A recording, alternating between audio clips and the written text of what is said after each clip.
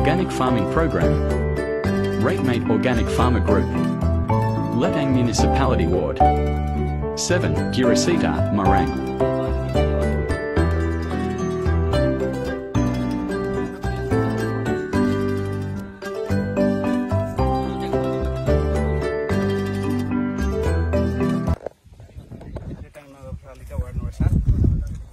यो रातमाटे कृषक समूहको अध्यक्ष यो रातमाटे कृषक समूहले चाहिँ यस ठाउँमा अर्गानिक बिना विषादी बिना रसायनिकको खेती गर्ने अभियान राखिएको छ।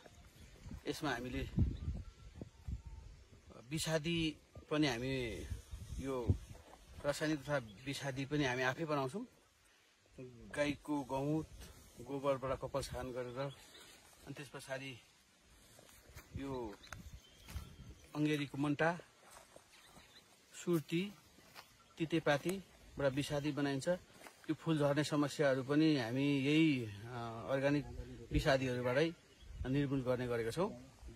यस ठाउँमा हामीले लगभग तराईमा को बिसिजनलाई चाहिँ टार्गेट गरेर हामी यो फूलकोपीहरू लगाउन आँटेको छ। यो 14 रोपनी यहाँ छ भने माथि 11 रोपनी र वाराङ्गीमा 18 रोपनी छ। अनि यहाँ पर 60 रोपनी जग्गामा चाहिँ हामीले यो कार्यक्रम गर्न लागेका छौँ। यसपालि चाहिँ हाम्रो नगरपालिकाबाट पनि यहाँ कृषि शाखाबाट सरहरू आउनु भएको छ। उहाँहरूले पनि केही सहयोग गर्ने र मन्जुरी भइसकेको छ। त्यही कारणले गर्दा अब हामीले यो सुरुवात गरेका छौँ। अब यसमा निरन्तरता दिने हाम्रो अभियान रहेछ। अब यहाँ हामीले मोरङ जिल्लामै पनि ट्राउट माछा उत्पादन गरिसकिएको छ। अहिले चाहिँ सकिएको छ। अब यो 7 दिनभित्रमा चाहिँ हामी ल्याउँछौँ।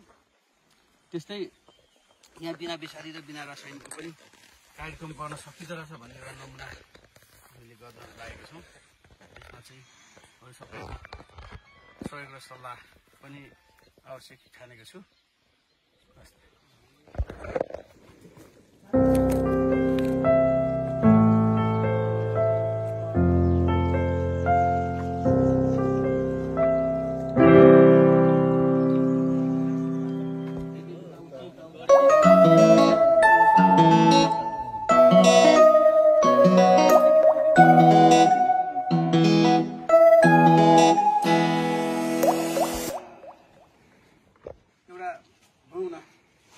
सकिन्छ कि भन्ने कुरैले गर्दाखेरि नै यस्तो ठाउँहरूमा आएर गरेको तपाईहरुले दिनरात खटेको देख्नै भएको छ।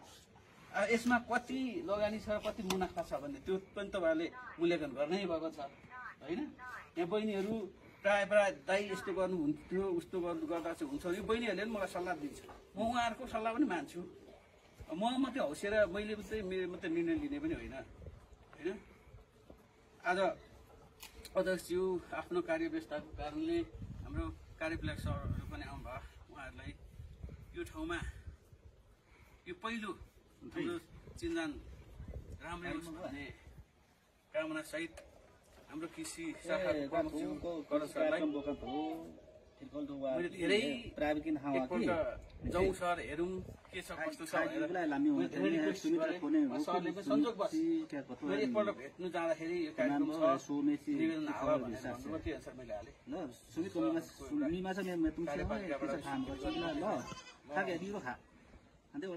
यतादेखि नै आभारी खान्दै मेरो भनाइ यही अन्त गर्दैछु। धन्यवाद।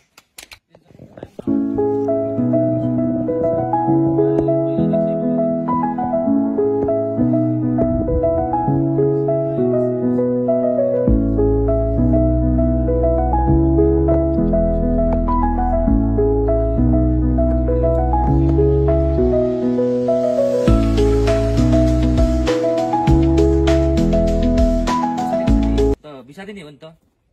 किरा मार्नेले मान्छे मार्ने सबै थोक मार्छ त्यसले त सबलाई मार्ने हो नि त। त्यो मार्नलाई प्रयोग गर्ने हो जीवलाई मार्नलाई प्रयोग गर्ने हो विषादी मुख्य उद्देश्य चाहिँ होइन। त्यसले मार्ने भएको कारणले गर्दाखेरि कस्तो इन्डियाको विषादीमा सेल्फ फर नेपाल भन्ने बित्तिकै चाहिँ तपाईँको विषादी त आउँछ हानिकारक त हानिकारक हुन्छ तर होइन प्रयोग गर्दाखेरि पनि तपाईँको एकदम के अरे वातावरण पनि प्रदूषण क्या। अब गनाउने अत्याधिक गनाउने तपाईँले कुनै तपाईँको तरकारी बालीमा अन्य बालीमा तपाईँ सघाउने भयो भने तपाईँ त्यो छर्दै पनि नाकबाट क्या गन्धले पनि नाक आँखा नाक रातो पिरो हुने बम्बई डाउल जस्तो हुने होइन विभिन्न लक्षणहरू देखाउने र छिटो क्यान्सर हुने तपाईँको यसरी कुरो गर्नुहुन्छ भने नेपालमा अहिले पनि फेरि गत वर्षको रेकर्ड हेर्दाखेरि किसान धेरै क्यान्सर रोगीलाई सबभन्दा बढी क्यान्सर सबैभन्दा बढी चाहिँ रोगी चाहिँ कृषकहरू छन् क्यान्सरले कस्तो किसान भन्दाखेरि चाहिँ व्यवसायिक खेती गर्ने धेरै खेती गर्ने बन्दाकालु तरकारी ल्याएर बेचबिखन गर्ने तिनीहरूले चाहिँ त्यो धेरै उत्पादन गर्नको लागि चाहिँ विषादी रासायनिक विषादीको प्रयोग गरेका हुन्छन् प्रयोग गर्दाखेरि चाहिँ अब असुरक्षित क्या मास्कको प्रयोग नगर्ने पन्जाको प्रयोग नगर्ने जताभावी प्रयोग गर्ने भएको कारणले गर्दाखेरि चाहिँ अत्याधिक मात्रा अहिले गर्दाखेरि क्यान्सरको व्याप्त रोगी भनेको चाहिँ किसान देखेको छ अहिले तपाईँको एउटा जिल्लामा त एउटा जिल्लाको एउटा गाउँपालिका के अरे हाम्रो गुल्मीतिर जिल्लाको गाउँपालिकामा तपाईँको त्यो सबै एउटा टोल्ने क्यान्सर एउटा घरबाट एउटा व्यक्ति क्यान्सर सरुवा त्यो लाग्ने होइन विषादीले क्या त्यो गन्धले नै क्या वातावरण सबै विष भयो क्या अनि चेक गर्न जाँदाखेरि त यसो भयो उसो गर्दाखेरि त क्यान्सर लक्षण सब क्यान्सर लक्षण देखेको छ यो चाहिँ सबै अब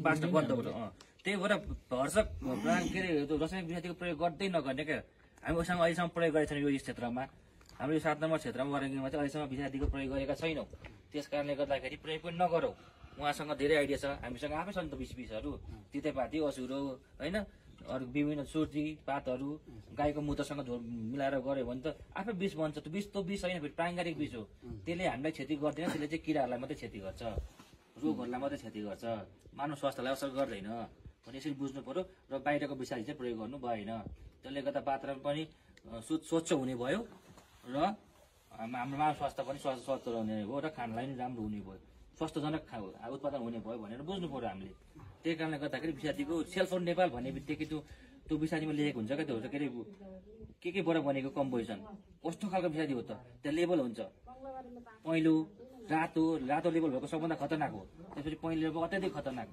अनि त्यसपछि जस्तै निलो हरियो हुँदै घट्दै सेतोबाट हुने हो क्या हामीसँग अहिले बजारमा पाइने सबै म्याक्सिमम कि निलो छ कि हरियो छ कि पहेँलो खालको छ त्यो चाहिँ अत्याधिक खतरनाक विषादी भएको कारणले गर्दाखेरि भरसक विषादीको प्रयोग गर्दै नगरौँ हामीसँग भएका स्रोतलाई त के अरे पकाइनु सकाइनु हाम्रो के अरे अनि तितेपाती सुर्तीहरूको प्रयोग गरेर पनि बनाउन सक्छौँ त्यसलाई पनि प्रयोग गरौँ त्यसले नै नियन्त्रण हुन्छ भन्ने उद्देश्य हो र विषादीको यो हाम्रो मुख्य उद्देश्य भने पनि प्राङ्गारिक खेतीलाई जोडो यो सबै हामी प्राङ्गारिक खेती नै गरौँ भन्ने उद्देश्यले यो कार्यक्रम सञ्चालन गरेको Thank you very much for your patience.